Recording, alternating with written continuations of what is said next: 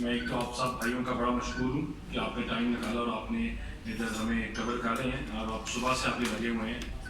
آج کی جو پریس کانفرنس کا مقصد ہے وہ حالیہ دنوں کے کچھ ججمنٹس، حالیہ دنوں کی پولیٹیکل جو ڈیولپمنٹ ہے اس کو لے کر یہ فیصلہ کیا کہ ہم اس کے اوپر لوگوں کو آگاہ کریں اور اپنی بیانیاں اور اپنی جو باتیں ہیں لوگوں تک پہنچائیں. جو پچھلے کچھ دنوں سے ٹی وی اور میڈیا پہ چل رہا ہے، ایک مخصوص جماعت کو وہ ریلیف دیا گیا جو ریلیف انہوں نے مانگا بھی نہیں.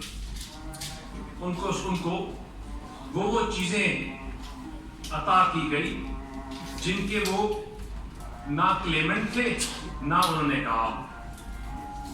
حکومت کا ان چیزوں کے بعد، ان فیصلوں کے بعد یہ فیصلہ آیا اور جتنی بھی الائڈ پارٹیز انہوں نے مل کے فیصلہ کیا کہ ہم اس کے اگینسٹ ریویو میں جائیں گے. اور ریویو میں اس لیے جائیں گے کیونکہ یہ نہیں ہو سکتا کہ ایک جماعت جب ان کا دل کرے تو کسی کو بھی بلیک میل کرنے کے لیے سوشل میڈیا کا سہارا لے، جب ان کا دل کرے تو بلیک میل کر کے اپنی مرضی کے فیصلے لے لیں. یہ نہیں ہو سکتا کہ اگر وہ الیکشن نہ کرائیں اور اپنی کوتاہیوں سے یا اپنی نالائکیوں سے یا اپنی نااہلیوں سے جب ایکسپوز ہوں تو ان کو ریلیف دی جائے. وہ اس لیے کیونکہ کچھ لوگ سمجھتے ہیں کہ ان کی بلیک میلنگ ٹیکٹک سے ان کو پریشرائز کر لیا جائے گا. ان کو ہمیشہ ایک فری گراؤنڈ ملا. جب ان کی مرضی کا فیصلہ نہیں آیا تو انہوں نے پاکستان توڑنے کی بات کی، ملک کو بند کرنے کی بات کی. کبھی سائفر کو ہلایا اور پاکستان کو غداری کے سرٹیفکیٹ دیے اور کبھی لابیسٹ فرمز ہائر کی دنیا کو بتانے کے لیے کہ پاکستان ایک کرپٹ ملک ہے. کبھی انہوں نے اپنے فارن پالیسی کے اوپر حملے کیے اور جب وہاں سے تھک گئے تو پھر اپنے اندرونی انسٹالیشنز، اپنے اندرونی اداروں کے اوپر حملے کیے. اور اس کے سامنے اس کی بڑی کلیئر ایک جو ہمارے سامنے ایک ایگزامپل ہے وہ 9 مئی کے واقعات ہے کہ جب ان کا دل کیا تو انہوں نے کنٹینر کے اوپر کھڑے ہو کر بلیک میل کیا. کبھی جلاؤ گھراؤ کی بات کی، کبھی پاکستان کو آگ لگانے کی بات کی، کبھی پاکستان کو بند کرنے کی بات کی. اور آج جب یہ باتیں کرتے ہیں جیل میں بیٹھ کر کہ کس طرح کس کے ساتھ زیادتی ہو رہی ہے تو اس کی بنیاد کس نے رکھی، یہ یاد دہانی کرانا بڑا ضروری ہے کہ لوگوں کی بیٹیوں کو ان کے سامنے اٹھا کر جیلوں میں ڈالنے کی جو بنیاد تھی یہ کس نے رکھی.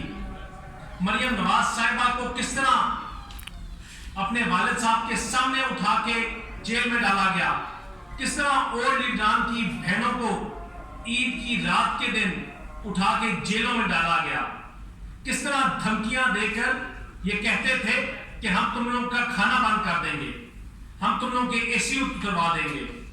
اور آج جب اس کے اوپر بات ہوتی ہے تو یہ کہتے ہیں خود ڈر کے کہ ہم بھوک ہڑتال پہ چلے جائیں گے.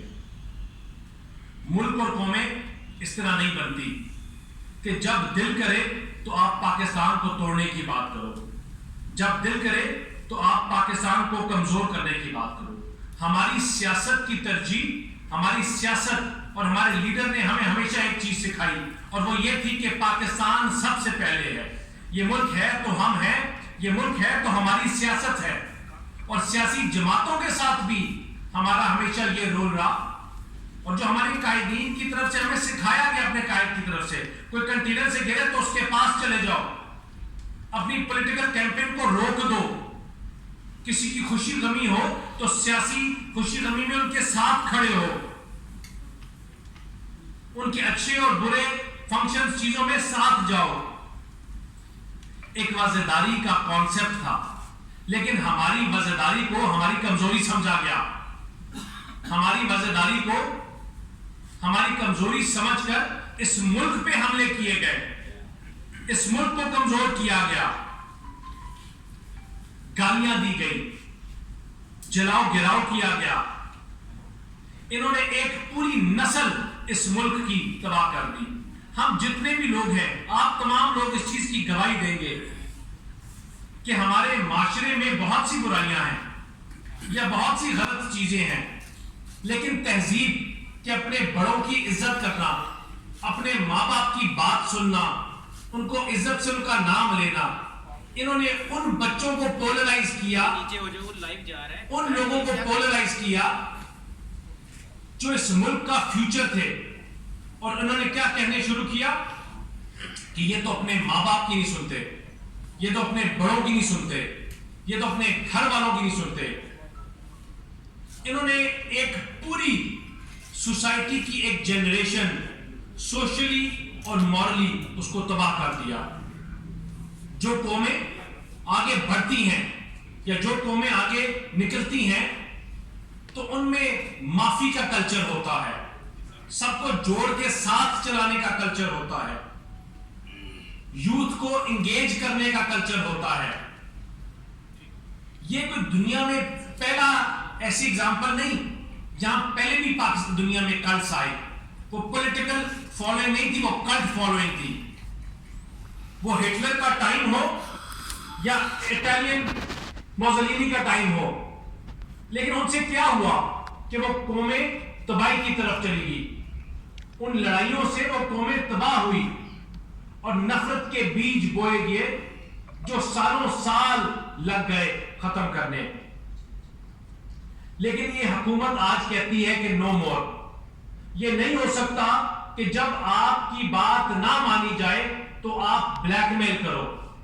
یہ نہیں ہو سکتا کہ جب آپ کی بات نہ مانی جائے تو آپ پی ٹی وی پہ حملہ کرو. یہ حکومت کبھی بھی کسی صورت میں برداشت نہیں کرے گی کہ آپ کی بات نہ مانی جائے تو ڈی چوک میں پارلیمنٹ کے اوپر کپڑے لٹکاؤ, اپنے سپریم کورٹ کے دروازوں کو بند کر دو, اور اگر اس پہ ری ایکشن نہ آئے تو اس کو کمزوری سمجھو. یہ ملک ہمیں زخمی حالت میں ملا تھا جس میں 4 سال خنجر گھونپے گئے اور بار بار گھونپے گئے. وہ اس لیے کیونکہ یہ چاہتے تھے کہ پاکستان کمزور ہو. ان کی پنجاب میں بھی حکومت تھی, ان کی کے پی کے میں بھی حکومت تھی, لیکن انہوں نے کھڑے ہو کے کیا کہا کہ عمران خان نہیں ہے تو پاکستان نہیں ہے, عمران نہیں ہے تو یہ ملک نہیں ہے, عمران نہیں ہے تو یہ پارلیمنٹ نہیں ہے. لیکن آج ہم کہتے ہیں یا یہ کلٹ فالوئنگ یا عمران خان چل سکتا ہے یا یہ ملک چل سکتا ہے. اگر ان کا ایجنڈا سیاست ہوتی تو پاکستان کو ڈی ریل اور کمزور کرنے کے لیے یہ اپنی اسمبلیوں کو ختم نہ کرتے, یہ پاکستان کا پوری دنیا میں ایک کرپٹ ممالک ہونے کا نعرہ لے کے بلند نہ کرتے. یہ لوگوں کو بتاتے کہ اس ملک میں انجینئرز بھی ہیں, یہ لوگوں کو بتاتے اس ملک میں آرکیٹیکٹس بھی ہیں, اس ملک میں وہ سیاستدان بھی ہیں جنہوں نے اٹامک بم بنایا. لیکن یہ ایک بات اور ایک ہی منشور لے کے گئے, وہ یہ تھا کہ پاکستان کو کمزور کرنا اور اس ملک میں ہر سیاستدان کرپٹ ہے. وہ یہ تھا کہ پاکستان کو پبلسائز کرنا نیگیٹیوٹی میں. ان کی ایک سٹیٹمنٹ سے آپ کی ایک انٹرنیشنل ایئرلائنز وران بس بن گئی, کیونکہ ان کا مین ایجنڈا تھا کہ پاکستان کو بینکرپٹ کرنا, پاکستان کو تباہ کرنا, پاکستان کو کمزور کرنا. اور اسی لیے جب ہم پاکستان کے لیے آئی ایم ایف کے ساتھ بیٹھ کے نیگوشیٹ کر رہے تھے تو یہ پاکستان کے خلاف نعرے لگا رہے تھے امریکہ میں بیٹھ کر, یہ پاکستان کو کمزور کرنے کے نعرے لگا رہے تھے, یہ پاکستان کو بند کرنے کے نعرے لگا رہے تھے. اپنے سپاہ سالاروں کی تصویریں لگا کے لہراتے رہے اور کہتے رہے کہ یہ غدار ہے. ان کو جب موقع ملا تو انہوں نے پاکستان کو کمزور کرنے کی بات کی, لیکن پاکستان کی عوام نے بھی ایک فیصلہ کر دیا تھا, اور وہ بائی الیکشنز میں ان تمام لوگوں نے جو فینس سیٹرز ہیں انہوں نے یہ فیصلہ کیا کہ ہم جلاؤ گراؤ کی سیاست کا حصہ نہیں بنیں گے, ملک کو آگ لگانے کی سیاست کا حصہ نہیں بنیں گے, ہم تفریق کرنے والوں کا حصہ نہیں بنیں گے جو کبھی فارم 45 اور کبھی 47 سے لاتے ہیں, کبھی سائفر لے کر آتے ہیں, کبھی 35 پنچر لے کر آتے ہیں. ان کا حصہ نہیں بنیں گے اور پاکستان کو آگے لے کے چلنے والی جماعتوں کے ساتھ چلیں گے. لوگوں نے نفرت کی اور تفریق کی سیاست کو لوگوں نے خیر آباد کہہ دیا. یہ حکومت کسی صورت میں یہ ٹالریٹ نہیں کرے گی کہ آپ کے سپاہ سالاروں کے اوپر بیٹھ کے حملے کیے جائیں, ان کو کمزور کیا جائے, آپ کی افواج کی تصویریں لگائی جائیں اور ان کو کمزور کرنے کی بات کی جائے, اس شہید کو ڈی مورلائز اس کے خاندان کو کیا جائے جو بارڈروں میں کھڑے ہو کے اپنی جانیں دیتے ہیں اس ملک کے لیے, جو پاکستان کے بارڈرز کو تحفظ دیتے ہیں اپنے ہمارے اور آپ کے بچوں کے لیے. یہ نہیں ہوگا کہ ان کو ڈی مورلائز کیا جائے اور یہ حکومت چپ بیٹھے. ہم کسی صورت میں یہ اجازت نہیں دیں گے کہ یہ ہمارے فارن ریلیشنز کو تباہ کریں, یہ ہمارے ریلیشن شپس کو کمزور کریں.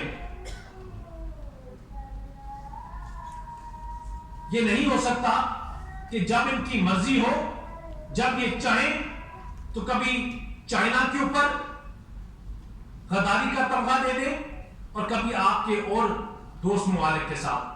پاکستان کو اس آئسولیشن سے یہ حکومت نکالے گی اور انشاءاللہ جس طرح ہم کام کر رہے ہیں اور ہر آنے والے دن پر کام ہو رہا ہے, ہم تمام پولیٹیکل پارٹیز کو آن بورڈ لے کر کچھ بڑے امپورٹنٹ فیصلے کریں گے.